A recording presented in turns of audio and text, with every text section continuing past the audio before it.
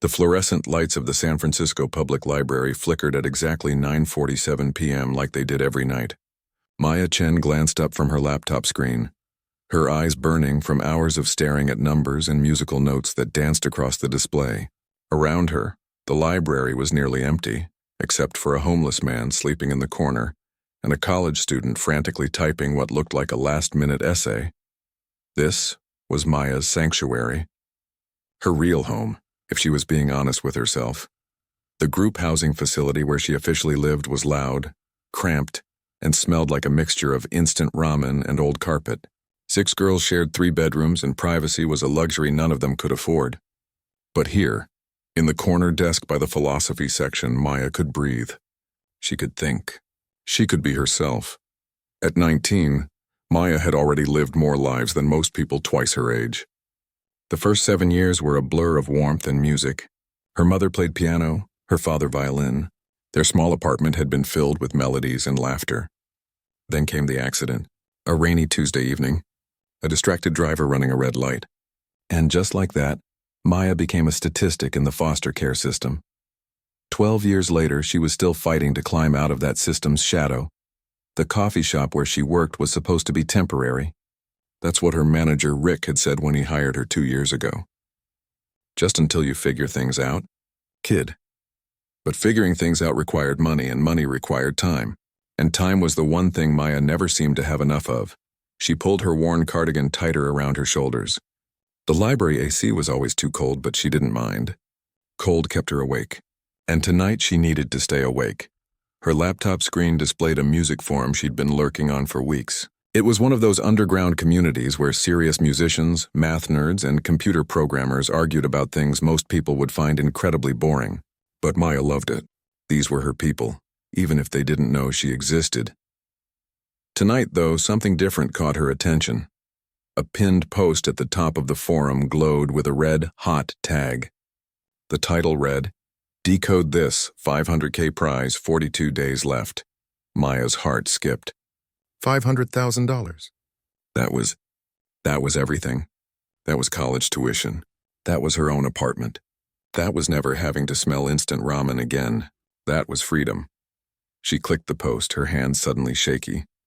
The post was from someone called J. Thorne Official, and the profile picture showed a polished-looking man in his 40s with salt and pepper hair and an expensive suit. Maya recognized him immediately. Julian Thorne, the tech billionaire, the guy who'd invented some revolutionary music streaming algorithm 5 years ago and sold his company for billions. The guy who now ran Thornwave Technologies and regularly appeared on magazine covers with headlines like "The Man Who's Reinventing Sound." His post was simple but intriguing. "I've embedded an algorithm within this musical sequence," it read. "It's not random noise. It's a code. A revolutionary approach to AI-generated music that responds to human emotion. Crack it, prove you understand it, and the prize is yours. Thousands have tried, all have failed. Think you're smarter than Silicon Valley's best? Prove it." Below the text was an audio file and a visual representation of the waveform. Maya put in her cheap earbuds and pressed play. At first, it sounded like exactly what Julian had warned against thinking it was: random noise. Discordant notes that seemed to have no relationship to each other. Screeches and whispers and tones that made her teeth hurt. She listened 3 times, her brow furrowed. But Maya had a gift, or maybe it was a curse. She didn't know anymore. Ever since she was little, she'd seen patterns where others saw chaos. In music, in numbers, in the way leaves fell from trees. Her mother used to say she had a mathematical soul. Her caseworkers said she had unusual cognitive patterns. Her foster parents usually just said she was weird. She stared at the waveform on her screen, tilting her head. Then she opened a new window and started writing. Not words, but equations. She converted the audio to numerical data, mapped it to coordinates, looked for sequences. Nothing. She tried frequency analysis. Nothing. She tried pattern matching against known algorithms. Still nothing. The library lights flickered again. Last call before closing. Maya saved her work to a flash drive, packed up her laptop, and headed out into the San Francisco night. The walk back to the group home took 40 minutes, but she didn't mind. It gave her time to think. What was she missing? What was everyone missing? Over the next 3 weeks, Maya became obsessed. She'd wake at 5 a.m., work the opening shift at the coffee shop from 6 to 2, then rush to the library to work on the puzzle until closing at 10 p.m. She filled 3 notebooks with scribbles and calculations. Her coworkers started commenting on the dark circles under her eyes. "You look terrible," said Priya, another barista, during a shift change. "Are you sleeping?" "Sometimes," Maya lied, pouring yet another espresso shot that she'd drink instead of selling. Rick, her manager, pulled her aside on a Thursday. "Look, Maya, I like you, kid, but you've been zoning out during rushes, you're constantly yawning. And yesterday you gave someone regular coffee instead of decaf. We need to talk about your performance." Maya nodded, barely hearing him. Her mind was elsewhere, still stuck on that puzzle. She'd tried everything conventional, every standard approach to code breaking, every musical theory she knew. Nothing worked. That night, lying on her thin mattress in the group home, listening to her roommate snore and another girl watching videos on her phone without headphones, Maya had a thought that made her sit bolt upright. What if everyone was looking at the wrong thing? Music wasn't just about notes. It was about the spaces between notes. The rests. The silence. The breath between phrases. What if the code wasn't in what was there, but in what wasn't? She grabbed her phone and pulled up her saved work files. With the dim light of her screen illuminating her face, she started mapping the silences. The gaps. The pauses that seemed random but maybe, just maybe, weren't. Her fingers flew across the tiny screen, too excited to wait for morning and the library's computers. She applied Fibonacci sequences to the intervals, then prime numbers. Then she overlaid them, looking for intersections. And there it was, like one of those optical illusions where once you see the hidden image you can't unsee it. The pattern emerged. The silences weren't random. They formed a mathematical sequence that, when properly decoded, created a framework for generating music based on biometric inputs. Heart rate, breathing patterns, even brain waves. The algorithm could theoretically create personalized soundscapes that responded to human emotional states in real time. It was brilliant. It was revolutionary. And Maya had cracked it. Her hands were shaking as she began writing up her solution. She worked through the night, documenting every step, proving her work, making sure there were no holes in her logic. By the time the sun rose, painting the group home's grimy windows gold, she had a complete solution. At 3:47 a.m. on a Tuesday, running on pure adrenaline and 3-day-old coffee, Maya hit submit. Then she collapsed onto her bed, still wearing her clothes from the day before, and fell into a dreamless sleep. She had no idea that her life was about to change in ways she never imagined, or that cracking Julian Thorne's code was the easy part. The real challenge was just beginning. Maya woke up to her phone buzzing like an angry bee. Not just one notification, not even 10. Her screen was completely flooded with alerts, messages, and emails. So many that her ancient phone was actually warm to the touch. She squinted at the screen, her brain still foggy from only 3 hours of sleep. The first email made her heart stop. Solution verified. J. Thorne official has confirmed your submission. Congratulations, you are the first person to successfully decode the sequence. Please check your private messages for next steps. Maya read it again, then a third time. Her hands started shaking so badly she almost dropped the phone. She'd done it. She'd actually done it. Her roommate groaned from the other bed. "Can you turn that thing off? Some of us are trying to sleep." Maya ignored her, scrolling frantically through the flood of notifications. The forum had exploded. Her username was being mentioned hundreds of times. People were congratulating her, questioning her, demanding she share her solution. Someone had already posted her submission to other forums. News sites were picking it up. "Teenage orphan cracks billionaire's impossible code," read one headline. "Girl from group. Home outsmarts Silicon Valley," said another. "Self-taught genius wins $500,000 prize." The words blurred together. Maya felt like she was floating outside her body, watching this happen to someone else. This couldn't be real. Things like this didn't happen to girls like her. Girls who worked at coffee shops and lived in group homes and wore second-hand clothes didn't suddenly become news stories. But apparently they did. By noon, her phone had died from the constant notifications. She borrowed a charger from one of the staff at the group home and found an email that made everything feel terrifyingly real. It was from Julian Thorne himself. Not an assistant, not an automated message. Him. "Maya, I've been waiting 18 months for someone to crack this. You did it in 3 weeks. That's remarkable. I need to meet you. Tomorrow, 2 p.m., Thornwave headquarters in Palo Alto. A car will pick you up. We have a lot to discuss. JT Maya stared at the email for a long moment. Tomorrow, she had to call in sick to work. She had to figure out what to wear. She had to breathe. She needed to remember to breathe.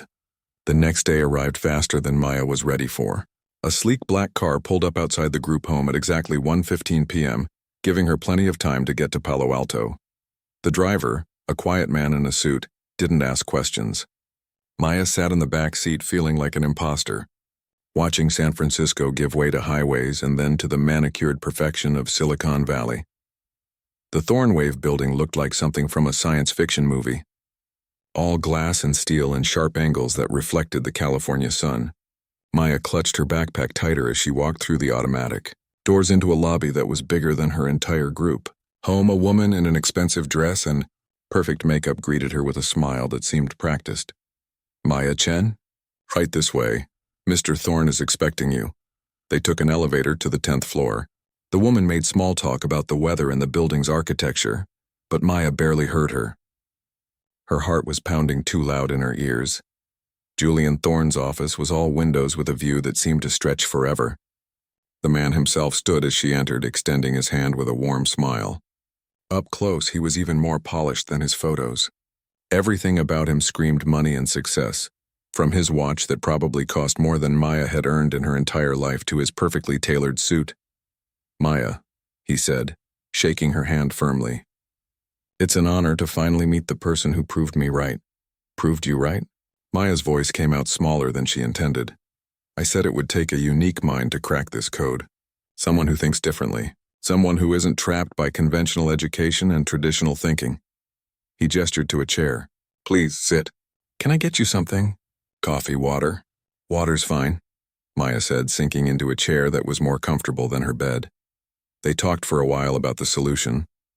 Julian seemed genuinely impressed by her approach, the way she'd thought to look at the silences instead of the sounds. He asked her about her background, her education, her life. Maya found herself opening up more than she meant to, talking about her parents, the library, teaching herself math and music theory through free online courses. Remarkable, Julian kept saying. Truly remarkable. Then he leaned back in his chair, his expression shifting to something more serious, more businesslike. Maya, I'm going to be direct with you. The $500,000 is yours. That's guaranteed. But I want to offer you something much bigger than that. He pulled out a sleek folder and slid it across the desk. I want you to join Thornwave, not as an intern or an entry-level employee, as a key developer on our AI music project. We'll work together to refine your algorithm, develop it, bring it to market. You'll have resources you can't even imagine. The best equipment, the best team, access to technology that most people only dream about. Maya opened the folder with trembling fingers. Inside was a contract and a single sheet that summarized the offer. The numbers made her dizzy. Starting salary, $250,000 per year. Signing bonus, $100,000, stock options, benefits, her own apartment covered by the company. It was more money than she'd ever imagined having. More money than most people made in 5 years, and they were offering it to her for one. You'd be a millionaire before your 21st birthday, Julian said softly, watching her face. You'd never have to worry about money again, never have to serve coffee or live in group housing. You could focus entirely on your work, your passion. This is what you were meant to do, Maya. It was everything. Everything she'd dreamed about during those long nights in the library.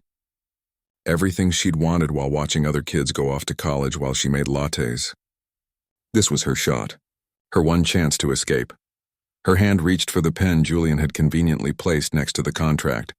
But something made her pause. Maybe it was the way Julian was watching her, like a cat watching a mouse. Maybe it was the fact that the contract was so thick, easily 80 or 90 pages. Maybe it was the small voice in the back of her head, the one that sounded like her mother saying, "If something seems too good to be true, sweetheart, it usually is." "Can I take this home?" Maya asked, her hand hovering over the pen. "Read it over? I want to make sure I understand everything." For just a second, something flickered across Julian's face. Surprise, annoyance. It was gone so fast Maya couldn't be sure. Of course, he said smoothly. Take all the time you need. Well, within reason. We'd like to move forward quickly. Let's say you get back to me within 48 hours? Okay, Maya said, closing the folder and tucking it into her backpack. Julian stood, extending his hand again. I have a good feeling about this, Maya. I think we're going to do great things together. The drive back to San Francisco felt different. Maya sat in the back of the car, the folder heavy in her backpack, watching the scenery blur past. Everything was moving so fast. Too fast, maybe. That night, back in the group home with the folder spread across her bed, Maya started reading. Really reading. Not just the summary page with the impressive numbers, but the actual contract. Every page. Every clause. Every line of legal language that seemed designed to confuse. And the more she read, the more her stomach began to sink. By page 37, she found the first problem. By page 52, she'd found 3 more. By the time she reached the end, well past midnight with her roommate snoring across the room, Maya felt sick. This wasn't an opportunity. This was a trap. A beautiful, expensive, perfectly designed trap, and she'd almost walked right into it. She closed the contract and stared at the ceiling, her mind racing. She thought about the $500,000, the salary, the apartment, everything she wanted. Then she thought about what she'd have to give up to get it. And suddenly the price seemed way too high. Maya didn't sleep that night. She had work to do, research to conduct, and a decision to make that would change everything. Maya spent the next morning at the library with the contract spread across her usual desk, a legal dictionary open on her laptop, and 3 energy drinks she couldn't really afford lined up like soldiers. Her shift at the coffee shop didn't start until 3, which gave her almost 6 hours to understand exactly what she'd nearly signed. The first red flag was on page 14. Buried in dense legal language was a clause about intellectual property. It stated that any work Maya created while employed by Thornwave, whether during work hours or not, whether related to her job or not, would automatically become the property of Thornwave Technologies. Maya read it 3 times to make sure she understood. They wanted everything, every idea she had, every algorithm she developed, every late-night breakthrough she might have in her own apartment on her own time. It would all belong to Julian Thorne, but it got worse. Page 37 contained a non-compete agreement that made her blood run cold. If she left Thornwave for any reason, she couldn't work in music technology, AI development, or any related field for 10 years. 10 years. She'd be almost 30 by the time she could work in her field again. And there was more. A binding arbitration clause that meant if anything went wrong, she couldn't sue. Couldn't take them to court. Any disputes would be handled by an arbitrator chosen by Thornwave. Maya sat back, feeling dizzy. This wasn't a job offer. This was ownership. They wanted to own her mind, her creativity, her future, and they were offering just enough money to make it seem worth it. She closed the contract and opened a new browser window. Time to do some digging. It took her 2 hours, but Maya found what she was looking for. 3 names kept appearing in her searches: Kevin Jang, Aisha Patel, and Tyler Brooks. All of them had been called prodigies when they joined Thornwave. All of them had been featured in press releases about the brilliant young minds Julian Thorne was nurturing. And all of them had disappeared from the tech world within 2 years. Maya found Kevin on social media. His profile said he now worked at an electronics store. She sent him a message, not expecting a response. 20 minutes later, her phone pinged. Are you thinking of working for Thorne? Kevin's message read. Don't call me. They talked for an hour. Kevin's story made Maya's stomach turn. He'd joined Thornwave at 21, full of hope and excitement. For the first 6 months, everything was great. Then Julian started pushing for more, demanding Kevin work longer hours, develop faster. When Kevin created a breakthrough in audio compression, Julian took credit in interviews. When Kevin objected, he was reminded of his contract. I left after 18 months, Kevin said, his voice tired even over the phone. Couldn't take it anymore. But because of that non-compete, I can't work anywhere in tech. Companies won't touch me. I have a degree in computer science and I'm selling phones at a mall. Maya talked to Aisha next, then Tyler. Their stories were eerily similar. Brilliant young people lured in with money and promises, drained of their creativity and innovations, then discarded when they pushed back or burned out. He finds people like us, Aisha told her. People who are desperate, who have something to prove, who don't have lawyers or parents who can read contracts and warn them. He exploits that. Maya thanked them and ended the call. She sat in the library watching people come and go, thinking about the apartment she'd never have to share. The salary that would change her life. The respect and recognition she'd craved since her parents died.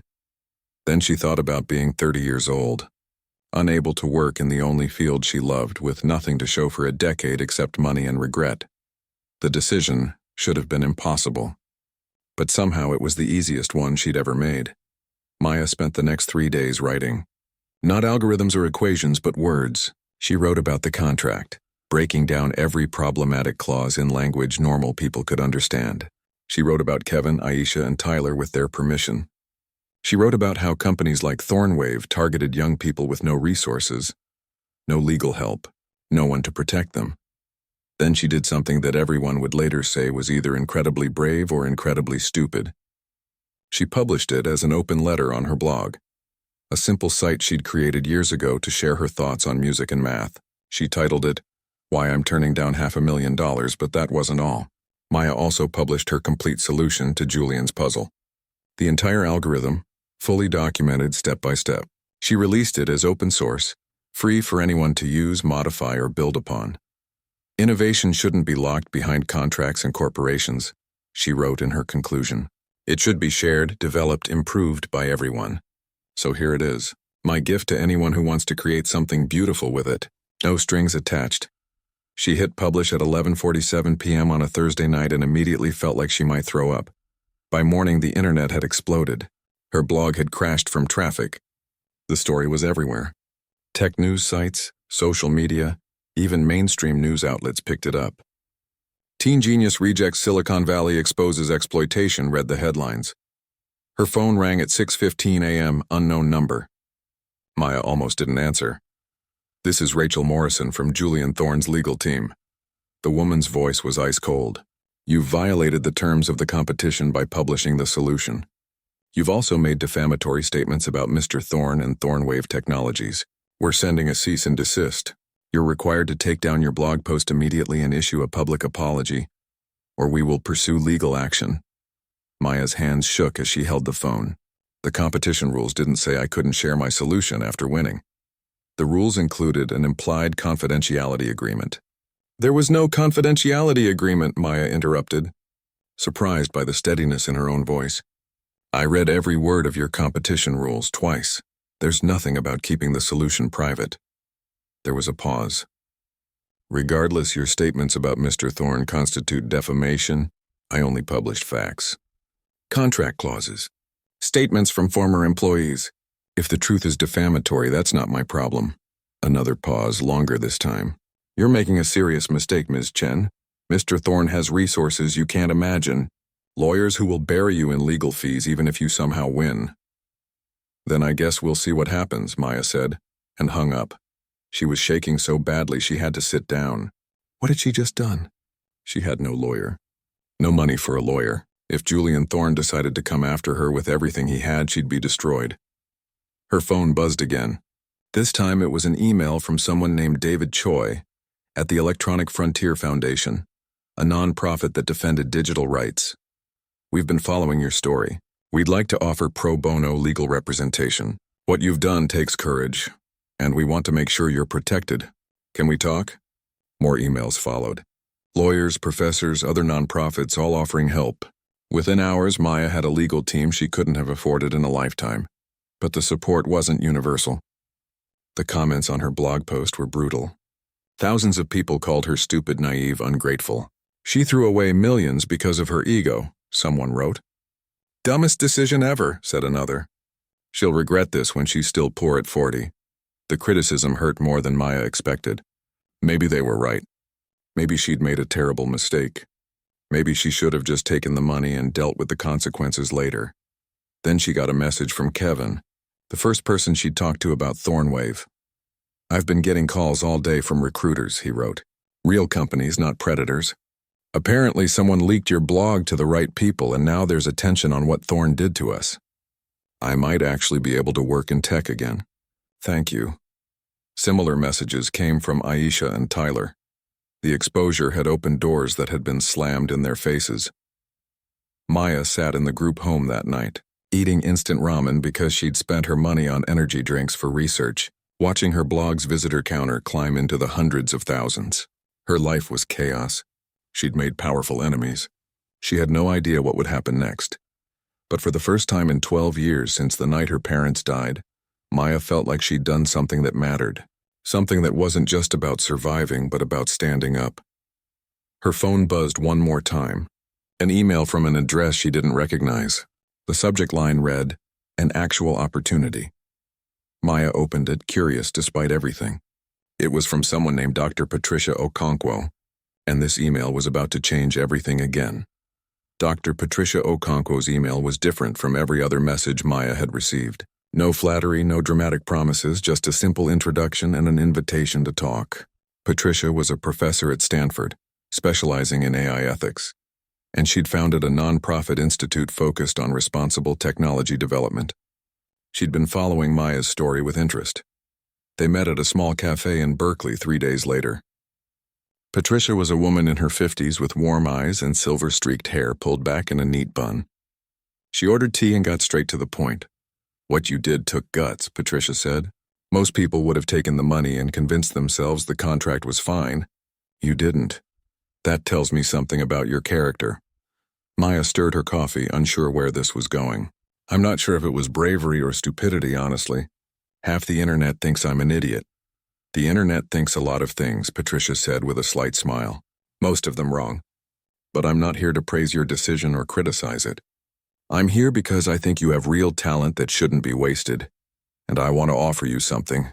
No contracts, no strings, just an opportunity." She slid a folder across the table, much thinner than Julian's had been.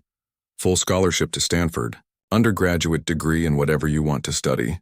Though I suspect it'll be something combining computer science, mathematics, and music. You'd also have a research position at my institute, working on ethical AI development. You'd own your work. You'd publish under your own name. And you'd be part of a community that actually cares about doing this work responsibly." Maya felt tears prick her eyes. She blinked them back quickly. "Why would you do this for me?" "Because the world needs more people who think like you do," Patricia said simply. "People who won't compromise their values for money. People who see technology as something that should help everyone, not just make a few people rich. Besides, your solution to that puzzle was genuinely brilliant. You deserve a chance to develop that mind properly." It was everything Maya had dreamed about. Education, stability, respect. And unlike Julian's offer, this one came with no hidden traps, no ownership clauses, just genuine support. But before Maya could respond, her phone buzzed, then buzzed again, and again. She glanced at the screen and felt her stomach drop. Her address had been leaked online. Someone had posted the location of her group home, along with photos of the building. The comments were vicious. Entitled "Brat Living Off Taxpayer Money While Rejecting Opportunities," one read. "Someone should teach her a lesson," said another. Patricia noticed Maya's face going pale. "What's wrong?" Maya showed her the phone. Patricia's expression hardened. "This is harassment. You need to report this immediately. And you need to leave that location today." The next few days were a blur of chaos.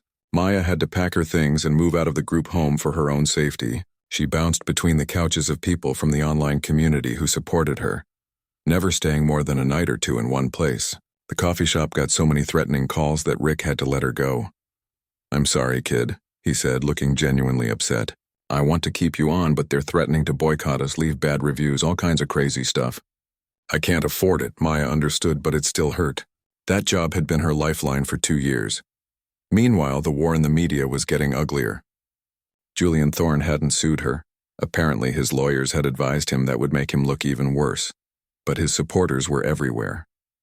Tech influencers called her naive. Business podcasts discussed her as a cautionary tale about letting ideology get in the way of success. Anonymous accounts attacked her constantly on social media. "She's just bitter and jealous," they said. "She couldn't hack it in the real world, so she's tearing down someone successful." The stress was crushing. Maya found herself unable to sleep, jumping at every sound, constantly checking over her shoulder. Was this really worth it? Had she destroyed her life for nothing? Then something unexpected happened. More people started coming forward. Not just former Thornwave employees, but workers from other tech companies with similar stories. A movement began forming online, with people sharing their experiences with exploitative contracts and predatory hiring practices. The hashtag tech exploitation started trending. Major publications began investigating. A reporter from Bloomberg spent weeks digging into Thornwave's business practices and published a damning expose. Investors started asking uncomfortable questions. Several pulled their funding. Thornwave's stock price began to drop. Julian Thorn went from celebrated innovator to controversial figure seemingly overnight. His carefully crafted public image was cracking, but Maya barely had time to process any of it. She was too busy trying to survive. Living on couches, eating whatever food people offered her, constantly worried about money and safety. Patricia's scholarship offer was still on the table, but Stanford didn't start until fall semester. That was 4 months away. 4 months Maya wasn't sure she could make it through. Then came the second unexpected email. It was from a group calling themselves the Independent Musicians Collective. They'd seen Maya's open-source algorithm and wanted to build something with it. Not a corporate product designed to extract maximum profit, but a tool that would actually help musicians create while maintaining their rights and getting fair compensation.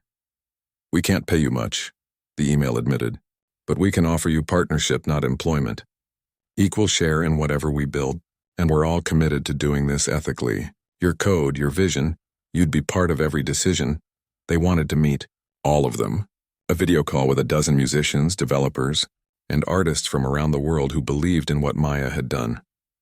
Maya sat in a library study room for that call, using the institution's Wi-Fi because she couldn't afford data on her phone anymore. The faces that appeared on screen were diverse, passionate, and most importantly, genuine. They spent 2 hours talking about possibilities, about creating something that would challenge the corporate stranglehold on music technology. "We're not going to get rich doing this," said Diego, a developer from Brazil, "but we might actually change something. Make it better for artists instead of worse. And we want you with us," added Yuki, a musician from Japan. "Not because you're famous now, but because you think the way we think. You get it." For the first time in weeks, Maya felt something like hope. She found herself at a crossroads. Patricia's offer meant stability, education, a clear path forward. The scholarship would start in September, give her structure and security. But the collective's offer meant immediate purpose. The chance to build something right now, even if it was risky and uncertain. She asked Patricia if she could do both. Work with the collective while preparing for Stanford. Patricia's response surprised her. "I was hoping you'd ask that," Patricia said during their next meeting. "The scholarship offer is flexible. You could do independent study, work on real projects while taking courses. Stanford isn't meant to be a cage, Maya. It's meant to be a platform. Use it however serves your goals best." So Maya said yes to both. She joined the collective as a full partner and accepted Patricia's scholarship with a modified schedule that would let her work on both. The arrangement wasn't easy. Maya was essentially homeless for another month before Patricia helped her find a small room to rent near campus. Money was incredibly tight. She lived on rice, beans, and the occasional free meal from sympathetic supporters. Some days she wondered if she'd made a terrible mistake. But slowly, gradually, things started to shift. The collective's first prototype began taking shape. It was rough, buggy, far from perfect, but it worked. Musicians could use Maya's algorithm to create personalized soundscapes, and the system ensured they maintained all rights to their work. No corporate ownership, no exploitation, just creation. They called it resonance. It wasn't an overnight success. It didn't make Maya wealthy, but it grew organically, shared by musicians who appreciated what it represented. Artists who were tired of being treated as content farms by big streaming companies found something different in resonance, something better. Meanwhile, Julian Thorn's empire continued crumbling. Federal investigators started looking into Thornwave's business practices. More former employees came forward. The company he'd built was collapsing under the weight of its own corruption. Maya didn't celebrate his downfall. She was too busy building something new to worry about watching something old fall apart. 3 months after rejecting Julian's offer, Maya started at Stanford. She moved into student housing, attended her first classes, and felt like maybe, just maybe, she was finally building a life that was actually hers. But the story wasn't over yet, not by a long shot. Maya's first year at Stanford passed in a blur of equations, late-night coding sessions, and video calls with the collective spread across different time zones. She'd wake at 6, attend classes until noon, then spend afternoons working on resonance with Diego, Yuki, and the others. Evenings were for homework and research at Patricia's Institute. She rarely slept more than 5 hours a night, but somehow it felt different from the exhaustion of working at the coffee shop. This tiredness came from building something, not just surviving. Resonance grew slowly but steadily. They weren't trying to compete with the giant streaming services. Instead, they carved out a niche for independent musicians who wanted more control over their work. The app allowed artists to create adaptive soundscapes that responded to listeners' moods and activities, using Maya's algorithm as the foundation. But unlike corporate platforms, artists kept full rights to their creations and received fair compensation for every use. By spring semester, Resonance had 50,000 users. Not millions, but enough to be sustainable. Enough to prove the model worked. Maya's work caught the attention of her professors.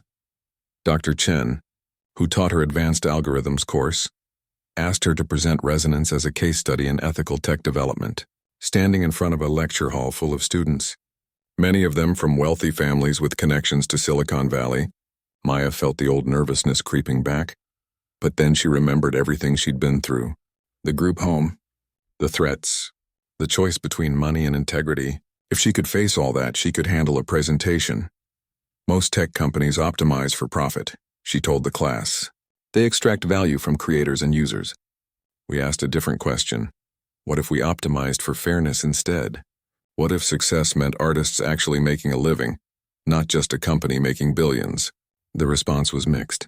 Some students were inspired. Others looked skeptical, like she was naive for thinking business could work any other way. One guy in an expensive polo shirt raised his hand. But isn't this just leaving money on the table? You could scale faster, monetize better if you changed the model. Maya smiled. She'd heard this argument 100 times now. We could, but then we'd become exactly what we're trying to replace. Sometimes leaving money on the table is the point. After class, 3 students approached her about joining the collective. By the end of the week, they had 5 new volunteer developers. Meanwhile, the fallout from Maya's blog post continued rippling through the tech industry.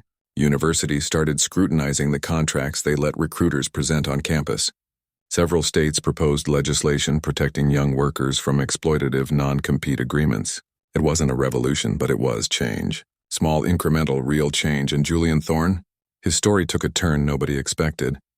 2 years after Maya rejected his offer, she received an email from an address she recognized but never thought she'd see again. The subject line was simple. You were right. Maya stared at it for a long moment before opening it. Maya, I'm writing this email for the 3rd time, trying to find words that don't sound empty. I don't expect forgiveness or even a response, but I owe you honesty. Everything you wrote about my company was true. I built Thornwave by finding talented, desperate people and taking advantage of that desperation. I told myself I was creating opportunities, but really I was just extracting value from people who had no power to negotiate. You were supposed to be another success story for my PR team. Instead, you held up a mirror and I didn't like what I saw. The company is gone now, sold at a loss after investors pulled out. Federal investigations, lawsuits, the whole thing collapsed. I'm not writing this for sympathy. I'm writing because you should know that what you did mattered. Kevin, Aisha, Tyler, they've all found real work again. The attention you brought to their situations opened doors. And I've spent the last year thinking about how to do better. Not in tech. I'm done with that world. But maybe I can find a way to actually help people instead of exploiting them. Anyway, thank you for having the courage I lacked. Julian. Maya read the email twice, then closed her laptop. She didn't respond immediately. She needed time to think about what, if anything, she wanted to say. The email felt genuine, but trust wasn't something you just handed back to someone who'd tried to trap you. A week later, she finally wrote back. Not a long email. Just a few lines. Julian, I appreciate the honesty. I don't know if our paths will cross again, but I hope you figure out how to build something that actually helps people. That's what technology should do. Good luck.